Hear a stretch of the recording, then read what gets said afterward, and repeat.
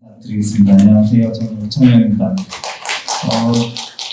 우선은 혹시 뭐 지난주에 상황이 미뤄졌는데요. 거기에 대해서 좀 먼저 죄송하다는 말씀 드립니다. 제가 지난주에 정말 발표하기 한 2시간 정도 전에 뭐 코로나 관련해서 통신을 겹친다고 연락을 받아가지고 좀 그렇게 됐습니다. 좀 양해를 부탁드리고요. 생각보다 너무 많이 오셔가지고 좀 놀랐습니다. 사실 저는 제 아들이 여기 오자고 그래도 안 데리고 오는데 이렇게 되게 힘들게 다 오셨는지 참 놀랐습니다. 저는 좀 전에 말씀드렸듯이 내과 의사이기 때문에 저는 이제 뭐 전문은 이제 내부비 내과고 사실은 뭐 수련 받을 때는 심장내과도 하고 그래서 시간이 1시간 반인데요. 뭐 작년에도 그랬지만 사실은 초등학교 수업 30분씩 하잖아요. 1시간 반을 초등학생 그래서 들을 수 있냐라는 데서 좀 어려움이 있을 거라 생각하기 때문에 1시간 정도는 이렇게 강의를 하고 나머지는 혹시 뭐 더 궁금하신 거 있으면 약간 의학과 관련해서 무엇이든 물어보세요 이런 비슷한 시간으로 해서 궁금한 거고 부모님들이 혹시 궁금한 게 있으면 제가 좀 답변해 드리도록 하겠습니다. 다 오신 건가요? 예, 그러면 오늘 시작을 하겠습니다. 오늘 말씀드릴 내용은 이제 제목은 좀 어렵습니다. 사실 노화 연구의 최전선의 꼼꼼한 선충 이야기라고 했는데요. 노화에 대해서 이런저런 재미있는 이야기를 들려드리려고 합니다. 예, 꼼꼼한 선충은 이제 전 세계적으로 많이 사용되고 있는 모델입니다. 걸레인데요. 생긴 건 이렇게 생겼고요. 이제 보시다시피 정말로 많이 이용되고 있어서 이렇게 현미감에 얹혀있는 그림들이 많이 있습니다. 오른쪽은 이제 우주에 나갔다는 건데 한국 획기도 있어서 가져와 봤는데 실제로 이 시엘레방스라는 우리말로 내 꼼꼼한 선충인데요. 우주에 나가 있습니다. 나가서 이제 근육 기능이나 이런 걸 보려고 생존 기간이나 이런 것들을 연구하는 모델로서 우주까지도 나가 있습니다. 그래서 오늘 말씀드릴 내용은 4가지인데요. 개념에 대해서 좀 말씀드리려고 합니다. 처음에 노화, 항노화, 영노화. 사실은 항노화나 영노화는 상당히 다른 개념인데 혼용돼서 많이 쓰이거든요. 첫 번째로는 개념에 대한 얘기를 좀 드리려고 하고요. 두 번째는 오늘 강의의 주제 예쁜 꼼꼼한 선충이란 무엇일까요? 간단히 좀 소개를 해드리려고 합니다. 세 번째는 이게 왜 좋은지, 뭐가 문제인지 이런 것들 좀 말씀드릴 거고요. 나머지 4번째는 약간 좀 재미있는 최신 연구소들을 소개해드리려고 합니다. 저는 좀 초등학생 강의라 그래서 동영상을 좀 많이 넣습니다. 좀 보시고요. 유튜브에서 우선 핑크퐁을 잠깐 검색해주세요. 노화에 대한 이야기 한번 보시겠습니다. 핑크퐁!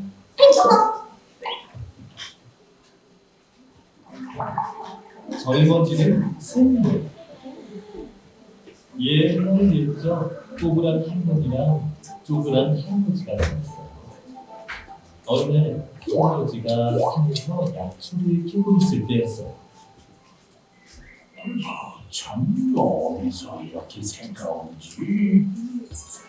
어이구, 그물이 걸렸구나. 내가 꺼내주마. 자, 이제 됐다. 맹세야, 잘 잡아라. 우와! 우와!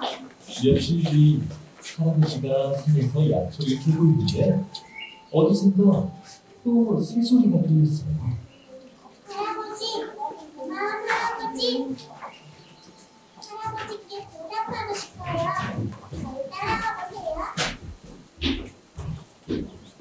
할아버지는 파랑새를 따라 깊고 깊은 산으로 들어갔어요.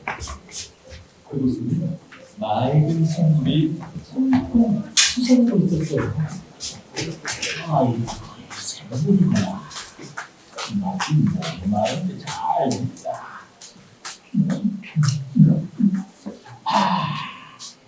시원하다. 나는걸.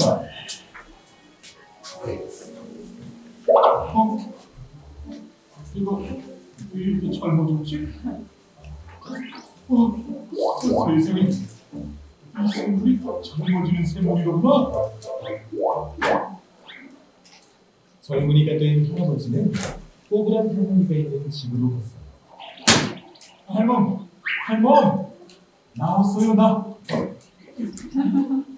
할머니는 내시오. 할아버지는 할머니에게 젊어지는 생물 이야기를 들려주었답니다. 마침 이웃 육신쟁이 할아버지가 집 앞을 지나가 이 이야기를 듣게 되었어요. 젊어지는 샘물이라고? 나도 어서 가서 마셔야겠다.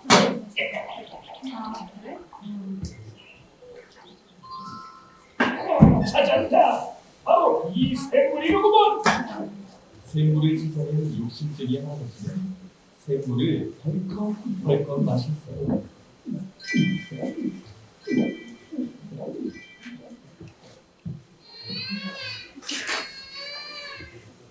한편 꼬부랑 할머니도 젊어진 쪼그란 할아버지와 같이 샘물에 갔어요. 여보, 여기는 갓난아기가 있는데요. 울지 말아라. 아이, 그럼 그치라도.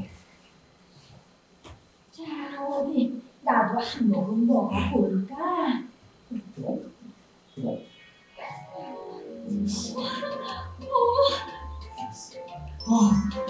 아이고 이게 누구야?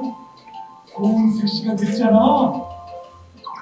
젊은 부부가 된 할아버지와 할머니는 아기를 키우며 행복하게 살았답니다.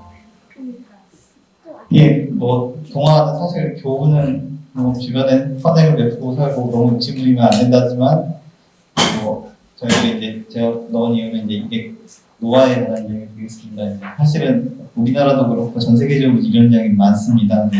그 노화에 관련해서 이제 늙기 싫다는 오랜 사람들의 영혼이 있으니까 이제 된 것 같은데요.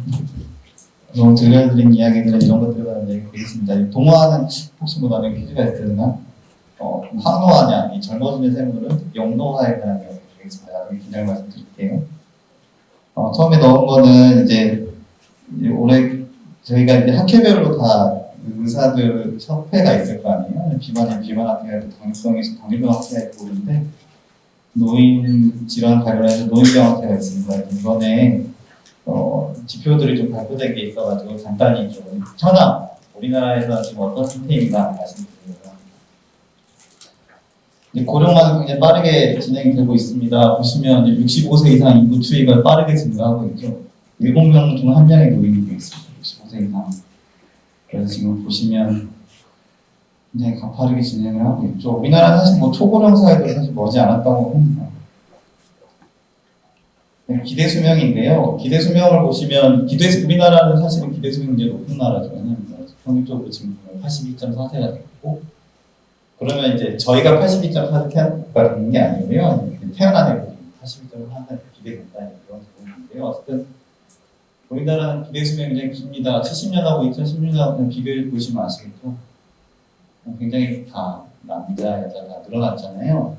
뭐 예방의학이 발전됐고 의료 기술의 발전도 있고 여러 가지가 있지만 영양도 좋아졌고요. 기대 수명은 계속해서 늘어나고 있습니다. 노인 인구도 증가하고 노인으로서 살아가는 기간도 굉장히 증가하고 있습니다. 한번 보실까요? 여기 또 재미있는 개념 써있죠? 기대 수명은 특정 연령까지 생존한 사람이 앞으로 더 생존할 것으로 예상되는 평균 생존이었어요. 그러면 저는 남자들이 41세거든요. 그럼 앞으로 40년 정도는 평균적으로 살 수 있다. 이렇게 되겠습니다. 건강 수명이라는 개념이 있어요. 그래서 이제 요즘은 사람들이 옛날에는 이제 오래 사는 것만 생각을 많이 했는데 요즘은 이제 오래 사는 거는 어느 정도 달성이 됐으니까 어떻게 이제 좀 건강하게 아프면서 오래 사는 건 좋지 않잖아요. 그래서 건강 수명이라는 개념이 등장을 했습니다. 건강 수명은 거의 80세 이렇게 되지는 않습니다. 우리나라 보시는 것처럼 60세고요. 문제가 되는 거는 이게 문제입니다. 그러니까 평균적으로 우리나라에서 보면 질병으로 고통받고 지내야 되는 시간이 이제 17.5년입니다. 그러니까 노화와 관련해서 이제 평균 수명만 보면 우리나라 뭐 세계에서도 되게 순위권이고 그래서 뭔가 할 일을 다 한 것 같지만 의학적으로 너무너무 할 일들이 많이 있는 거죠. 17.5년을 어떻게든 줄여야 되는 그런 일들이 남아 있는 겁니다.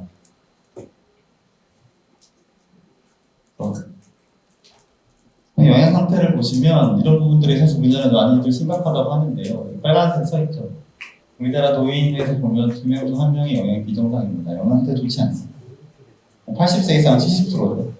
주변에 좀 관심을 가져야 됩니다. 사실은 여기 보면 그러니까 이렇게가 이제 좀 큰일 납니다. 영양 관리 개선이 필요한 게 뭐 85세 이상은 30%가 넘어갑니다. 사회나 주변에 아무튼 여러 도움이 필요한 사람들이 많다는 게 되겠는데요. 운동은 어떨까요? 2명 중 1명이 노동량입니다.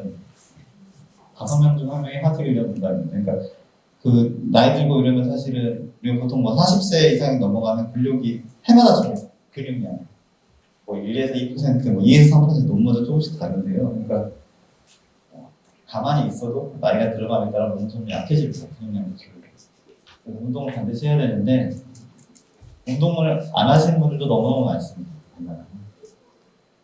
그래서 뭐 지역도 이렇게 나와 있지만 보시는 것처럼 앞에 운동을 안 해요. 근력이든 유산소든 무슨 운동을 해야 되나요? 저한테 물어보셔서 항상 얘기합니다. 아무거나 하십시오. 왜냐면 뭐든 다 안 하고 있으니까 생각하시면 되는데요.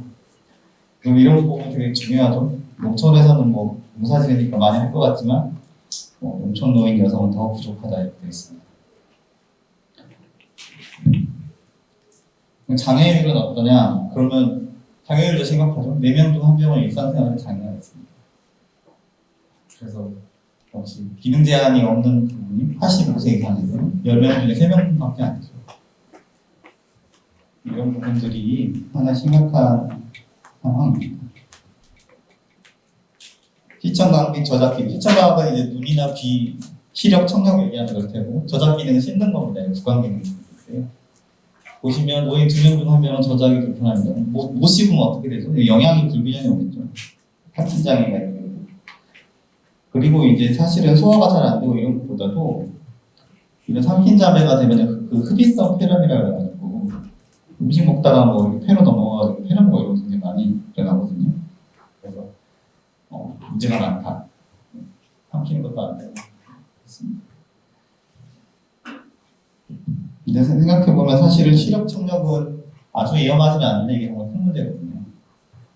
CP 불편함 같습니다. 만성질환은 보면 90% 이상이 만성질환을 가지고 있습니다. 10명 중 9명 보시면 3개 이상인 경우가 51%, 2명 중 1명 이상은 만성질환을 갖고 계십니다. 저는 증가하고 30%에서 50%. 그럼 만성질환 3개 이상이면 어떻게 될까요? 약이 3개가 넘어가겠죠. 비만도 생각보다 많습니다. 이게 굉장히 재밌는 건데요. 재밌다기보다 좀 여성 노인에서 비만율이 높습니다. 우리나라는 좀 그렇습니다. 남성은 오히려 좀 나이가 들면서 비만율이 좀 떨어지는데 여성 같은 경우는 상승 뭐 여러 가지 원인이 있습니다. 사회 변수 사실 여성 같은 경우는 폐경 이후에 호르몬 변화 이런 것도 비만의 원인이 되기도 하고요. 아무래도 운동량이 줄는 것도 원인이 되겠습니다. 골다공증도 막 높고 낙상도 높고 연간 낙상도 2회 이상이죠. 문제가 되는 게 이제 골절이 문제가 됩니다. 골다공증에 의한 낙상, 뭐 고관절 골절 이런 거는 사실은 치료가 제대로 이루어지지 않으면 사망으로 이루어지기 때문에 노인 낙상에 대해서 굉장히 관리가 필요한데요. 여기 낙상의 이유 같은 거 좀 다시 봐주십시오. 별거 아닌데 큰 일이 생기거든요. 바닥이 미끄러워. 그냥 다리에 힘이 풀려서. 그래서 근력 운동이 중요합니다. 근력 운동 안 하시면 생각보다 많이 넘어집니다. 그래서 나머지는 뭐 그렇지만 생각해보면 바닥 안 미끄럽게 하고 평소에 좀 다리 운동 좀 하면 벌써 46%가 주잖아요. 그래서 이것들을 좀 주의가 필요합니다. 복용 중에 약물 개수는 이제 굉장히 많습니다. 그러니까 그 만성 질환이 세계 이상 50% 넘는다 그러잖아요. 복용 중에 약물 개수도 평균 4개가 넘어가죠. 이렇게 되면 이제 병원에 가서 약을 처방받아 보면 보통 우리가 만성 질환은 3개월 정도 그냥 한 번씩 다니거든요.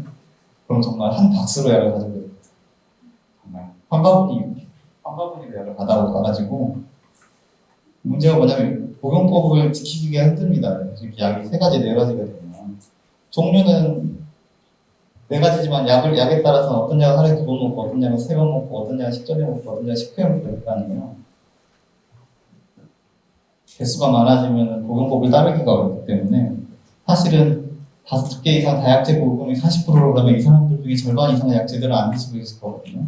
쉽지 않습니다. 그래서 우리나라 노화 문제 심각하다. 첫 번째 약간 소개하는 게 되겠고요. 그다음에 각각의 개념에 대해서 말씀드릴게요. 노화라는 거는 시간에 따라서 이런 보편적인 변화가 되겠는데요. 이제 병이 있으면 병적 노화라고 합니다. 2차 노화. 써져 있죠. 정상 노화 과정에 노화 관련 질환이 있는 경우가 되겠고, 성공 노화는 이제 성공적인 노화를 이루었다. 장애가 없는 상태. 노화 증후군이라는 거는 환경과 질병의 영향을 포함해서 증후군이라는 게 사실 약간 좀 두루뭉실한 표현입니다. 그래서 보시면 이게 이렇게 가는 게 목적인데요. 생존율과 관련해가지고 복잡한 개념이지만 사실 왜냐면 노화라는 게 사실 아주 정확하게 뭐 숫자로 따라서 65세면 너는 늙었어, 66세면 너는 더 늙었어 이런 게 아니기 때문에 좀 그냥 이렇게 이런 내용이구나. 노화라는 것에 대해서 요즘은 노화 증후군이라는 말이 생겼고, 그리고 약간 질병이 없고 사회적인 생활을 잘하고 있으면 성공적인 노화라고 부르고, 약간 만성 질환도 있고 사회적으로 일상생활에 좀 장애가 있고 그러면 병적 노화라고 부르는구나, 이렇게만 생각하시면 되고요. 여기에 좀 더해서 노쇠라는 말도 있습니다. 뭐 쇠약이라고도 하고 그러는데, 노쇠나 쇠약이나 이런 거는 이제 몸이 약해져 있는 상태입니다. 그러니까 젊은 사람이었으면 문제가 생기지 않을 정도의 외적인 스트레스에 대해서 노쇠한 사람들은 질병이 생길 수가 있거든요. 약간 낙상 같은 것도 그렇죠. 뭐 젊은 사람은 넘어져도 괜찮은데 나이가 많고 골다공증 심한 분들은 넘어지면 골반뼈나 부러질 수 있잖아요. 그렇게 그런 역치가 낮아져 있는 상태, 어떤 질병이 생길 수 있는 외적 스트레스에 대한 역치가 낮아져 있는 상태를 노쇠라고 합니다. 노화, 노쇠 이런 거 좀 알아두시면 좋겠고요. 그래서 노화에서는 여러 가지 원인들이 있습니다. 뭐 요즘 많이 나오죠. 뭐 텔로미어가 짧아진다든지, 뭐 DNA 문제가 생긴다든지, 뭐 미토콘드리아 문제가 생긴다든지 여러 가지 이야기들이 있는데, 여기 여러 가지 이야기가 있지만 결국은 3가지가 요소로 유전적인 문제가 좀 유전적으로 좀 빨리 죽는 게 있을 수 있고, 생활 습관이 중요하고 좀 환경이 중요하겠습니다. 그러면 유전은 우리가 어쩔 수 없잖아요. 그러니까 어떻게든 하려는 건데 생활 습관이 되겠습니다. 그래서 노화 방지에 대해서 관심이 많은데요. 노화 방지 안티에이징 항노화라고 합니다. 그래서 노화 방지라는 것은 노화 현상과 과정을 예방하거나 질병 또는 노화로 인한 신체적 기능 저하를 상대적으로 치료하는 거니까, 그러니까 현재 상태에서 더 진행되지 않게 건강 수명과 관련된 이야기가 되겠습니다. 그러니까 늘 노화가 진행이 되지만 건강하게 되는 겁니다. 그래서 뭐 불로장생 이런 것들은 얘기가 오래전부터 있었죠. 진시황 수은을 불로장생 생각을 그랬다고 수은을 먹고 더 빨리 죽었을 거라는 얘기를 많이 하는데요. 뭐 사실 대표적으로 이제 배우들 중에서도 이런 우스갯소리 이런 거 다니죠. 뭐 키아누 리브스 같은 경우는 안 늙는 것 같다. 이렇게 안 늙는 거가 항노화가 되겠습니다. 그래서 수은은 진시황이 그렇다. 이건 약간 좀 다른 얘기를 넣었습니다. 흥미를 위해서. 수은은 굉장히 사실은 액체 금속이라고 하죠. 그래서 중독 때문에 사실 이거 학생 때 많이 배우지 않나요? 일본에서 미나마타병이라고 환경오염으로 수은 중독돼가지고 신경독이기 때문에 여러 가지 신경에 문제가 생겨서 통증이 유발되고 뭐 이런 건데요. 아무튼 그렇습니다. 수은이라는 거는 독한데 옛날에 사람들은 항노화에 믿었대요. 그래서 이건 하나 넣은 거는 약간 과학반이니까 과학적인 실험을 하는 것 같습니다. 그거랑 상관없는 거죠.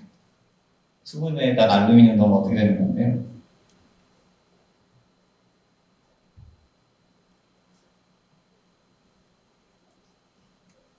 알루미늄에다가 수온을 넣으면 이렇게 되는데 이게 바닥이 알루미늄이에요.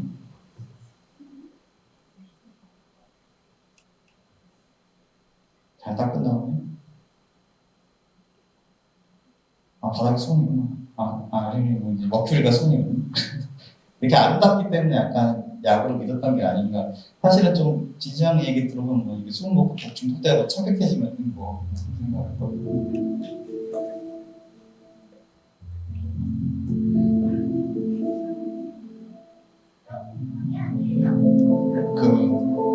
금속이 이렇게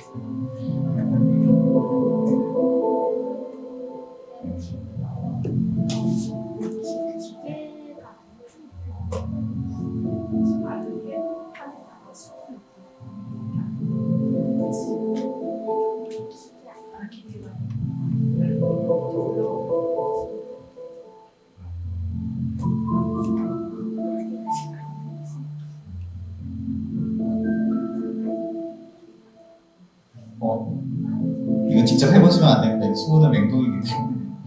아무튼 뭐 요즘 이런 것도 많이 동영상 유튜브에 많이 있더라고요. 과학 실험들. 그래서 요즘은 위험하지 않더라도 할 수 있는 실험들이 많이 있는 것 같아요. 나중에 대학생 되면 해보시죠.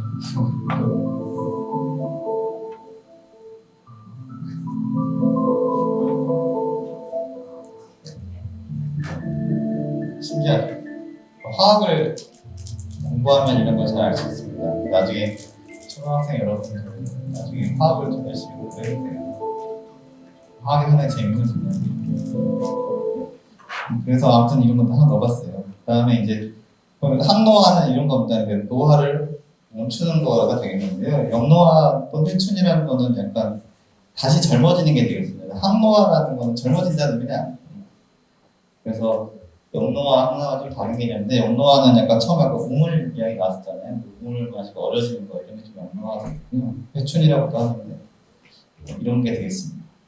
자, 소원이 뭐냐? 소원이죠, 소원. 젊음을 되돌려 달라.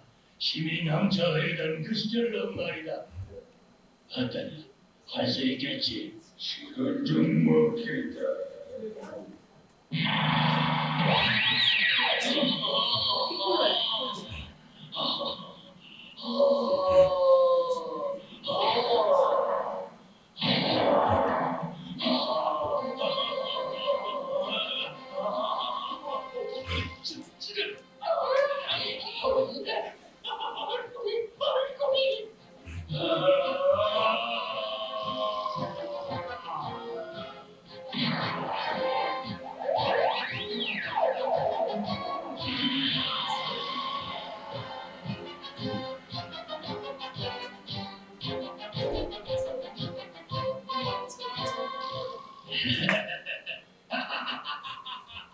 이거는 넘치는 힘의 느낌이다. 돌아왔다. 다시 젊어지는 것이다. 네, 이게 이제 역노화가 되겠습니다. 이제 첫 번째 부분인데요. 그래서 저는 약간 어려운 개념일 수 있는데요. 초등학생들이 본인도 의식해서 좀 책을 넣어봤어요. 한문적인 것들을. 그래서 노화, 항노화, 역노화의 차이에 대해서는 좀 아시면 좋을 것 같습니다. 항노화라는 건 노화를 멈추는 것, 역노화는 되돌리는 결과입니다. 그리고 처음에 말했듯이 노화에도 요즘은 노화를 질병으로 생각하기 때문에 여러 가지 말들이 생겼다. 성공노화, 병적노화, 그 다음에 노쇠라는 개념이 있다. 그만 좀 정리하고 넘어갈게요. 그럼 이제 예쁜 꼬마 선충으로 넘어가겠습니다. 예쁜 꼬마 선충은 이제 말 그대로 이제 벌레입니다, 벌레. 여기서 우리 그 초등학교 때는 안 배웠지만 계문, 과목, 과속 정도 해가지고 배우잖아요. 그런데 이제 그런 것 중에서 이제 보통 이렇게 내려가가지고 환영동물이 되겠습니다. 벌레가 되겠고요. 그래서 이렇게 생겼습니다. 이렇게 동영상 여기 움직이는 거 보이시죠? 이게 예쁜 꼬마 선충입니다. 이제 길이는 한 1mm 정도 되고요. 보통 토양에서 자란다고 생각했는데 이제 알고 봤더니 이제 썩은 과일 그래서 이제 우리 초파리를 프루트 플라이라고 하잖아요. 그래서 선충 예쁜 꼬마 선충 프루트 웜이라고도 한다고 하는데 과일을 먹어서 과일에서 발견된다고 해가지고 그래서 이제 보통 수명이 2, 3주입니다. 그래서 이제 저희가 노화 연구들을 적합하다고 생각합니다. 생물이면서 동물이죠. 동물은 아니죠. 근데 아무튼 동물이면서 수명이 짧으니까 사실은 사람을 아주 노화 연구는 굉장히 기다려요. 그러니까 이제 근데 저희가 이제 2, 3주 정도 되면 한 사리를 다 관찰할 수 있으니까 노화 연구에 적합한 모델로 줍니다. 그 되게 새끼도 알도 빨리 낳고 분화도 되게 빨리 돼요. 그래서 금방 이렇게 그냥 2, 3일만 그냥 놔두면 가득 찹니다. 보시면 성별은 특이하게 이제 자웅동체와 수컷이 있습니다. 그러니까 암컷이라기보다는 자웅동체가 있는 거예요. 세포가 되게 적어요. 1000개의 세포가 있습니다. 하지만 신경계, 근육계, 소화관, 상피 다 있어서 이제 연구하기가 좋은 거죠. 신경계 연구하기도 좋고, 근육계 연구하기도 좋고, 소화관 세포수도 좋고 그렇습니다. 그 다음에 이제 보시면 아시겠지만 가장 큰 장점인데요. 투명합니다. 투명하기 때문에 우리가 그 현미경으로 관찰을 하면 특별히 처치 없이 관찰을 해도 위장관이라든지 이런 것들을 다 관찰을 할 수가 있어요. 그래서 이제 또 연구하기 좋은 장점이 되겠습니다. 정리를 하자면 동물이면서 수명이 짧고 그 다음에 우리가 관심이 있는 대부분의 주요 기관들 신경이나 근육이나 이런 거 다 가지고 있고 그 다음에 투명하다. 그 다음에 이게 사실은 얼마 전까지 유일했는데 그 정말 오랜 기간의 연구를 통해서 이 시엘레간스 F1 꼬마성충은 우리가 모든 뉴런에 대한 정보를 알고 있습니다. 최근에 이제 초파리도 다 됐대요. 밥 먹는 거 보면 되게 귀여운데 안 귀여울 수도 있겠습니다. 그래서 이제 꼬마성충은 2, 3주가 수명이라고 했잖아요. 그래서 보통 이제 알을 낳으면 이렇게 해서 이렇게 커지는데 굉장히 짧습니다. 시간이 적어져 있죠. 2시간 반이면 어른이 돼서 2시간 반 정도 되면 알을 낳고요. 알에서 9시간 정도 되면 벌써 깨가지고 움직이기 시작합니다. 그 다음에 장점은 음식이 없고 이러면 과거 상태로 돼갖고 이제 살아남고요. 음식도 충분하고 이러면 계속 성장을 거듭합니다. 그래서 9시간 지나면 L2가 되고 어덜트까지 보면 거의 하루가 아니에요. 하루 16시간? 그래서 하루 정도는 성이 됩니다.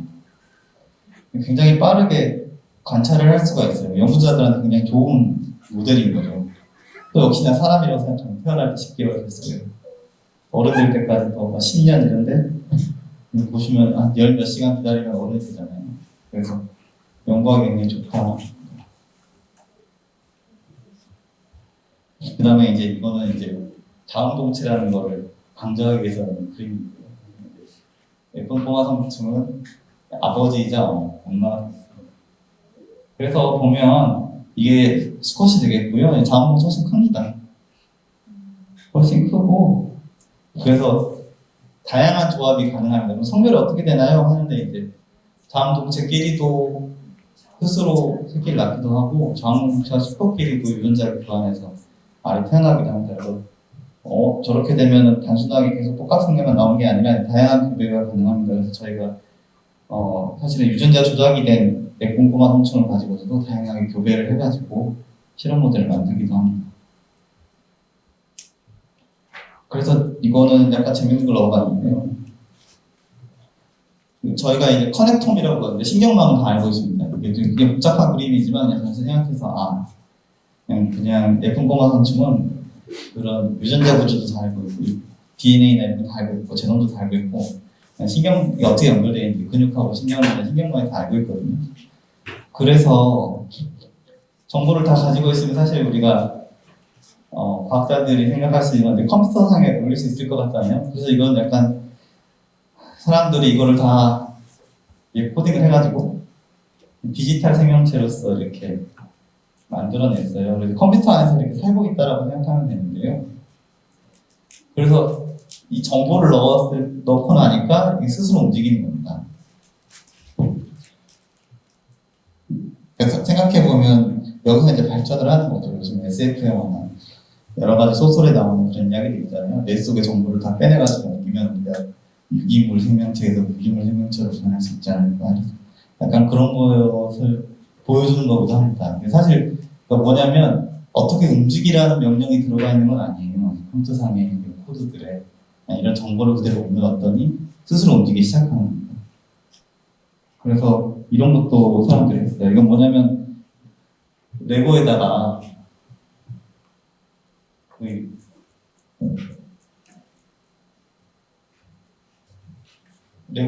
그 움직임 전송을 하는 거예요. 그래서 이제 그 예쁜 공간성 중에 시계형광 정보를 다 컴퓨터에 디지털화해서 집어넣고 이거를 움직임 신호를 화면상으로 표현하는 게 아니라 기계에다 옮겨주면 어떻게 되는지 보시면 이렇게 막 하면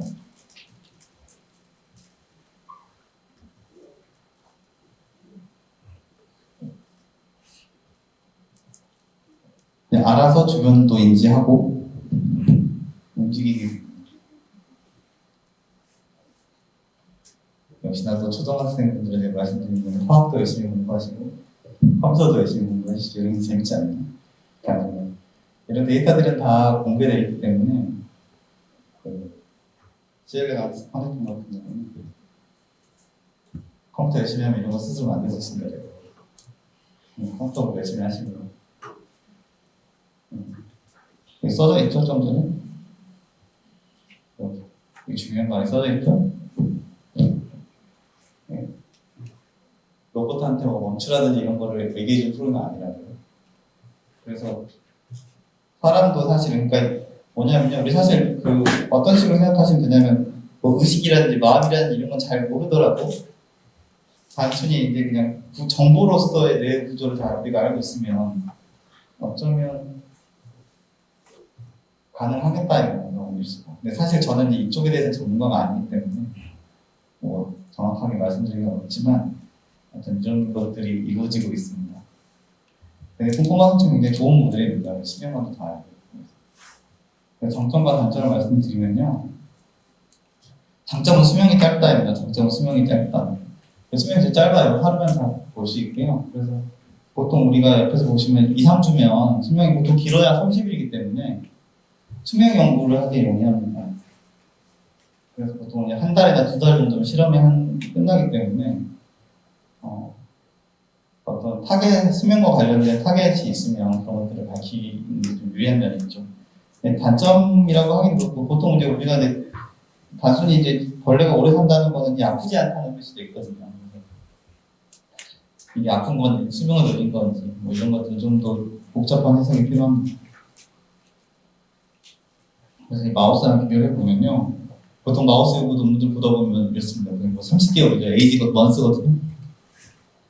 뭐 실험 한번 하려고 그러면 이제 이런 마우스가 다 갖춰져도 뭐 3, 4년 기다려야 되고 개인 1000일 동안 관찰해야 되는 마우스. 쥐 가지고 우리가 수명 연구하려면 이제 한 번 실험하는데 3, 4년이 걸리거든요. 근데 이제 내분공화성충 같은 경우는 한 달이면 되니까 물론 이제 의미는 다릅니다. 왜냐면 내분공화성충은 약간 어쨌든 포유류는 아니기 때문에 그대로 이용할 수는 없지만 어쨌든 이 의미는 있거든요. 오래 사는 건 오래 사는 거니까. 좋은 모델이라는데 그래서 이거 보시면 이제 놀랍잖아요. 500%가 늘었다. 수명이 5배 늘었다. 사실은 포유류의 수명을 5배 늘릴 수 있을지는 모르지만 마우스에서 우리가 이런 걸 확인하려고 했으면 5000일 기다렸어야 될 거 아니에요. 그래서 이런 게 좋은 점입니다. 그 다음으로는 이제 투명하다는 게 장점입니다. 투명하기 때문에 또 굳이 투명하게 만들기 위한 처리는 안 해도 된다는 거거든요. 그래서 우리가 이게 형광 단백질인데요. 유전자 조작을 통해서 그 벌레 내부에 이런 형광을 발현할 수 있게 해놓으면 그대로 현미경으로 관찰이 가능합니다. 그래서 가령 뭐 근육에 형광을 발현하게 했다 그러면 근육을 그대로 볼 수가 있는 거예요. 소화관이라고 하면 소화관을 다 볼 수가 있고요. 그래서 굉장히 투명하다는 장점이 있습니다. 왜 제가 이거를 보여드리면요. 이게 최근에 굉장히 화제가 되고 있어요. 이제 마우스도 시작됐거든요. 이게 우리나라 과학자인데요. 정광훈 교수가 MIT에서 그 조직을 투명화한다는 게 이제 막 이제 2015년에 이런 논문 나왔는데 보면 이제 비장 스크린인데 투명해서 글씨가 보이잖아요. 뇌도 막 투명해 보이거든요. 그래서 우리가 이제 보통 마우스 모델이나 이런 것들은 굉장히 어려운 과정을 통해서 투명화를 시켜야 되는데 예쁜 구멍은 원래부터가 투명합니다. 그래서 이런 것들을 굳이 특별한 처리 없이도 관찰할 수가 있기 때문에 이 용도가 좋다는 겁니다. 그 다음으로는 이제 유전자 조작이 용이합니다. 유전자 왜 용이냐면요, 여기 써 있잖아요. 대장균을 먹거든요. 그래서 우리가 대장균 안에 특정 유전자를 조작하기 위한 그런 정보를 넣어놓으면 이게 예쁜 솜치 대장균을 먹은 다음에 변합니다. 그래서 우리가 원하는 것들을 관찰할 수가 있어요. 그래서 써있죠. 박테리아 다이어트를 다르게 하면 여러 가지 다양한 형태들을 우리가 관찰할 수가 있습니다. 그 다음으로는 굉장히 다양한 족이 존재합니다. 그러니까 우리가 사람들은 다 비슷하잖아요. 근데 이제 뭐 다르지만 예쁘고마속종은 다양한 종류의 자연종이 존재하기 때문에 그런 우리가 수명 같은 경우도 굉장히 다르고 몸의 크기도 다르고 그렇기 때문에 무슨 얘기냐면 그 서로 간의 비교를 해서 가령 수명이라 그러면 우리가 이 선충하고 이 수명이 제일 긴 선충하고 수명이 제일 작은 선충하고 비교를 해보면 뭐 때문에 수명이 달라진지 알 수 있겠죠. 그래서 이런 비교 연구가 가능하다는 겁니다. 그래서 굉장히 좋은 모델이다. 그 다음에 굉장히 작은 동물이기 때문에 이게 가능해요. 미세일체 시스템이라고 해가지고 우리가 요새는 오르가노 칩이라고 해가지고 이런 조그만 칩 위에다가 여러 가지 것들을 다 갖춰가지고 생체 유사 모델을 만들어서 실험을 하려고 하는데요. CL에 와서는 그게 가능합니다. 세포가 아니고 동물이지만 그냥 작기 때문에 그래서 이런 게 가능합니다. 제가 설명을 드리려고 하나 넣어놨어요. 보통 세포를 가지고 분수를 이야기하는데 빠지지 않는 키워드가 있습니다. 바로 레버너칩입니다. 김영환 박사는 레버너칩의 제조 기술을 연구하고 있는데요. 그가 각종 광학 장비를 동원해 바라보고 있는 것은 엄청나게 크기의 얇고 조그만 아크릴판. 이 아크릴판에서 오는 이성은 무엇을 의미하는지 알기 위해서 먼저 레버너칩에 대한 이해할 필요가 있습니다. 칩 위의 실험실, 레버너칩은 하나의 작은 칩 속에 실험실이 있다는 의미인데요. 말 그대로 이 칩에 금이량의 시력을 올려놓으면 실험실에서 시력을 처리하는 과정과 동일하게 처리됩니다. 실험실의 축소판이 생기죠. 레버너칩의 그런 인쇄 구조라는 것이 쉽게 설명드리면 우리 머리카락 굵기에 대한 아주 강한 채널, 머리카락 굵기 정도밖에 안 되는 강한 채널에다가 혈액이든 용액을 집어넣고 거기에 있는 성분을 분석하는 것입니다. 그렇기 때문에 그 분석 기술이 정확해야 됩니다. 특히 질병과 관련된 쪽에 분석 기술을 할 때는 그 분석 기술에 대한 보관도와 믿을 만한 분석 결과는 필요합니다. 미세 유체 소자와 바이오 센서, 채널 등을 집적시켜 시료의 전처리부터 혼합, 반응, 분리, 분석까지의 단계를 처리할 수 있는 마이크로 분석 장치. 레버너칩은 주로 의료시설이 열악한 지역이나 개발도상국에서의 현장 진단에 한정적으로 활용되던 장비입니다. 후천성 면역결핍증, 말라리아, 결과 같은 감염질환 진단에 사용되는 기술이 최근 미세유체 공학 기술과 융합되면서 발전을 거듭하고 있는 것이죠. 무엇보다 레버너칩이 차세대 체외 진단 장치로서 주목받고 있는 이유는 금미량의 시료관으로도 빠르게 분석이 가능한 편리성 때문입니다. 근데 이제 여기 보시면 세포를 넣는다고 했잖아요. 근데 콩콩한 성충 같은 경우는 크게 작기 때문에 동물을 집어넣을 수가 있는 거죠. 레버너칩 중에 실제 예시가 되겠는데요.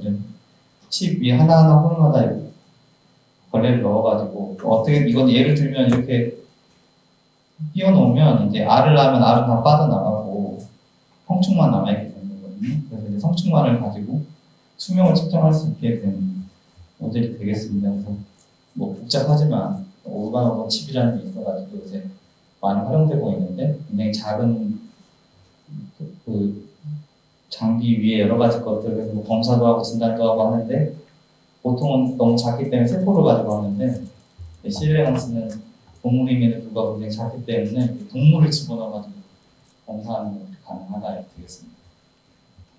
보시면 만화도있어요 메카니즘인데 뭐가 좋냐 아니면 이런 겁니다. 실내강스는 사실은 그 현미경으로 봐야 되기 때문에 우리가 수명을 잰다고 30일 동안 100일 현미경으로 봐가지고 개수를 세야 되거든요. 개수를 세서 개수가 움직이는 그 벌레 개수를 세야 돼요. 그래서 굉장히 아픈데 이게 하루에 한 1000개씩 체스 해야 되거든요. 한 30 동안. 그러면 사라지게 도망가 버리기도 하고 그래요. 정말 돈이 안 하루에 한 3시간씩 현미경을 봐야 되거든요. 이렇게 해서 됐는데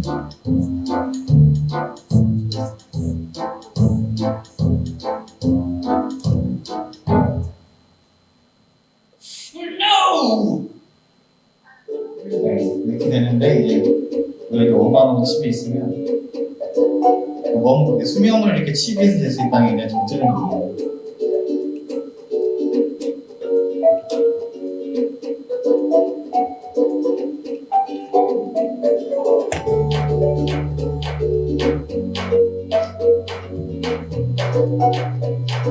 그래서 다른 과학의 발전이라고 했는데 이게 이제 뭐 선천 연구의 장점이 되겠습니다. 이게 가능하다.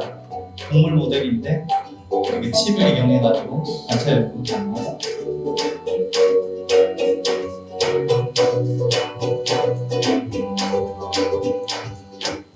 회사가 있더라고요. 그래서 그 다음으로는 마지막으로 이제 노화 관련 최신 연구가 되겠습니다. 제가 정리해 볼까요? 노화 모델로서 궁금한 장점과 단점. 장점, 수명 주기가 짧다. 한 달 정도면 관찰도 할 수 있고, 두 번째는 뭐였죠? 투명하다는. 투명하기 때문에 우리가 특별한 처리를 하지 않고서도 뭐 신경계라든지 위장관계라든지 이런 것들을 관찰할 수가 있다. 그 다음에 유전자 조작이 용이하다.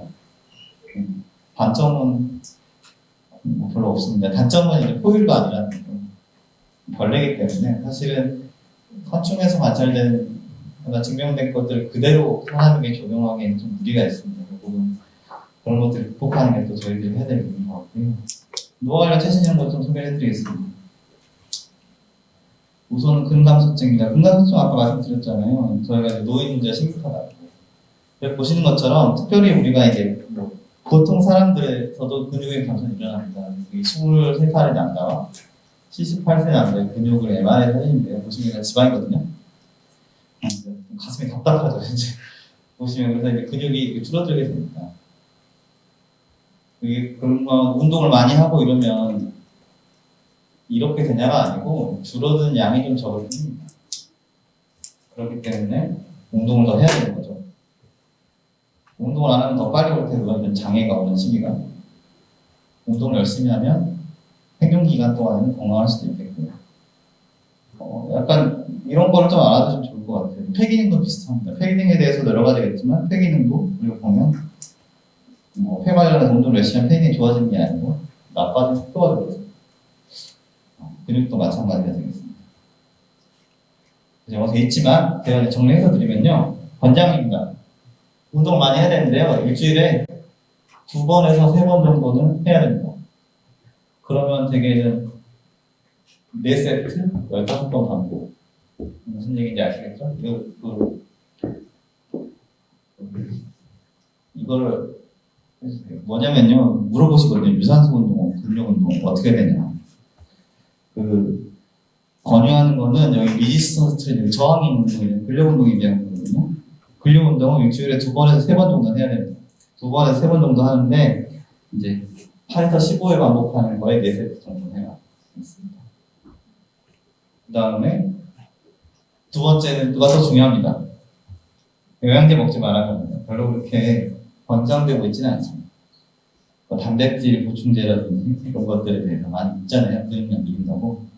일반적으로 권장하고 있지는 않습니다. 이런 가이드라인이니까요. 필요에 따라서 먹으면 잘 받는 분들은 드셔도 되겠죠. 근데 이제 일반적으로 적용한다고 했을 때는 영양제를 먹는 것을 권유하고 있지는 않습니다. 근육량 늘리기 위해서. 그 다음에 그러면 근력운동만 할 거냐? 아니면 다양하게 하라는 겁니다. 당연히 유산소 운동도 해야 되고요. 좋습니다.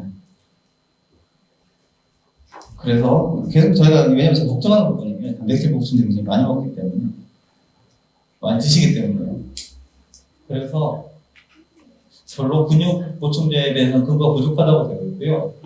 비타민 D 같은 경우는 긍정적인 연구들이 있습니다. 그렇지만 이제 여기서 써있던 언클리어하다고 비타민 D를 뭐 얼마를 용량 어떻게 먹어야 되는지까지 확실히 밝혀져 있지 않습니다. 그냥 여러 가지 연구 결과를 보니까 비타민 D는 좀 그래도 결과들이 있더라. 그랬습니다. 그다음에 뭐 셀레늄이나 마그네슘도 좀 좋다는 연구 결과들은 있습니다. 근데 사실 별로 걱정되는 부분은 아니거든요. 비타민 D, 셀레늄, 마그네슘 이런 거 많이 드시잖아요. 단백질 보충제는 좀 걱정스러운 부분들이 있기 때문에 좀 강조해서 말씀드립니다. 근거가 없다. 근거가 명확하지 않다. 이게 뭐냐면 이게 이제 우리나라 데이터인데요.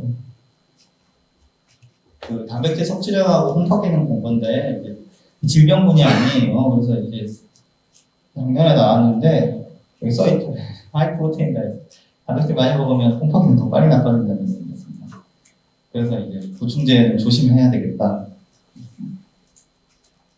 단백질 보충제는 좀 조심하자.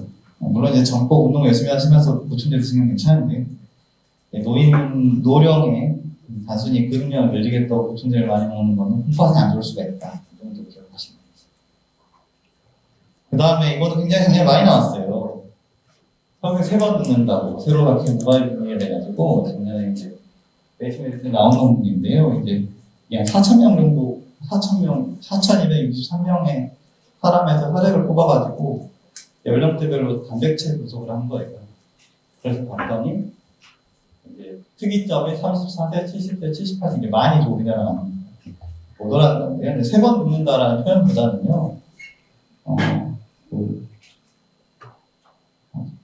이건데 이렇게 그 노화와 관련된 단백질들의 변화 양상이 34세, 60세, 78세 특이점이 있더라 이런 얘기예요. 그냥 간단히 보시면 이제 18세에서 95세까지 혈액을 뽑아가지고 분석을 했고요. 그래서 뭐 2번을 같이 했어요. 분석하고 분석에 따라 하는데 너무 복잡하네요. 근데 넘어갈게요. 그래서 보시면 이렇게 비교를 한 거고 이런 패턴이 나타났기 때문에 그렇게 얘기를 한 거예요. 연령대별로 혈액에서 단백질의 패턴들을 봤더니 30세, 60세, 80세에서 이런 피크들이 보이더라. 변화점이 크더라는 게 아니고 그럼 사실 이게 많이 올라가서 더 빨리 된다 이런 것까지는 아직 좀 과한 해석이 되겠고요. 패턴이 그랬다는 겁니다. 그래서 보시면 이제 그런 패턴에 대해서 하나씩 좀 있는데요. 그러면 인지 능력은 어떻게 나타났냐? 그러면 이제 34세, 60세, 78세 좀 다르죠, 특징적으로. 그렇습니다. 근데 제가 여기서 재밌게 봤던 부분은 이거였어요. 심혈관은 사실은 60세랑 78세로 차이 안 나죠. 그러니까 이런 것들은 다 그 상관 분석이기 때문에 원인 결과는 아닌데요. 일관성으로 따지면 세관 이름을 보면 심혈관에 대해서는 60세부터 미리 좀 조심을 해야 된다 이런 생각하시면 어떨 것 같습니다. 알츠하이머도 마찬가지예요. 보시면 34세는 낮지만 60세, 70세, 오히려 60세가 더 높죠. 역시나 또 우리가 알츠하이머 이런 관련해서 한 60세부터 좀 조심하자 이 정도 생각하면 좋지 않습니다. 그 정도 의미거든요. 34세, 60세, 78세 때 특이점들이 있고 이 시기에 좀 조심하자는 얘기가 맞는 것 같고요. 그 다음에 심혈관 질환이나 뇌질환에 대해서는 한 60세부터는 좀 특별히 조심하자 이 정도 메시지를 좀 갖고 가십니다. 그 다음에 운동입니다. 운동은 더 좋습니다. 사실 작년에 비만 대해서 얘기했는데요. 사실 체중 관리도 그렇고 오래 사는 것도 그렇고 사실 적게 먹고 운동 열심히 해야 됩니다. 운동이 가장 좋습니다. 사실 거의 모든 신체 기능을 개선하고요. 아까도 말씀드렸지만 근력 운동 많이 하셔야 되고 일주일에 2-3번 그 다음에 유산소 운동 많이 하셔야 되고 뭐 균형 잡는 운동도 많이 하셔야 됩니다.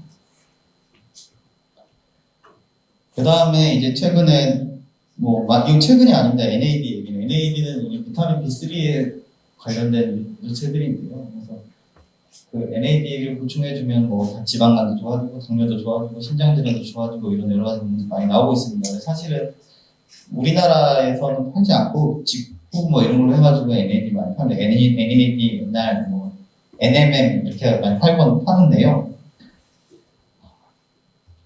먹어야 되냐? 그럼 사실은 이게 뭐 가이드라인이고 모익병 가이드라인에 매매지 먹어야 되냐 이런 건 아니기 때문에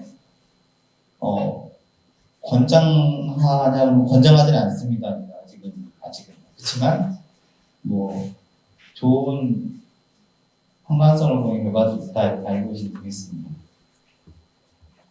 그 다음에 관심 많은 게 석류가 되겠습니다. 석류 추출물인데요. 유로리스 네이라고 해가지고 요즘 뭐 많은 연구들에서 석류 추출물인 유로리스 네이가 노화도 방지하고 뭐 지방 간에도 좋고 뭐 염증성 장질환도 좋고 뭐 여러 가지 논문들이 많이 나오고 있습니다. 이제 장점은 석류 추출물이기 때문에 빠르게 상업화가 됐어요.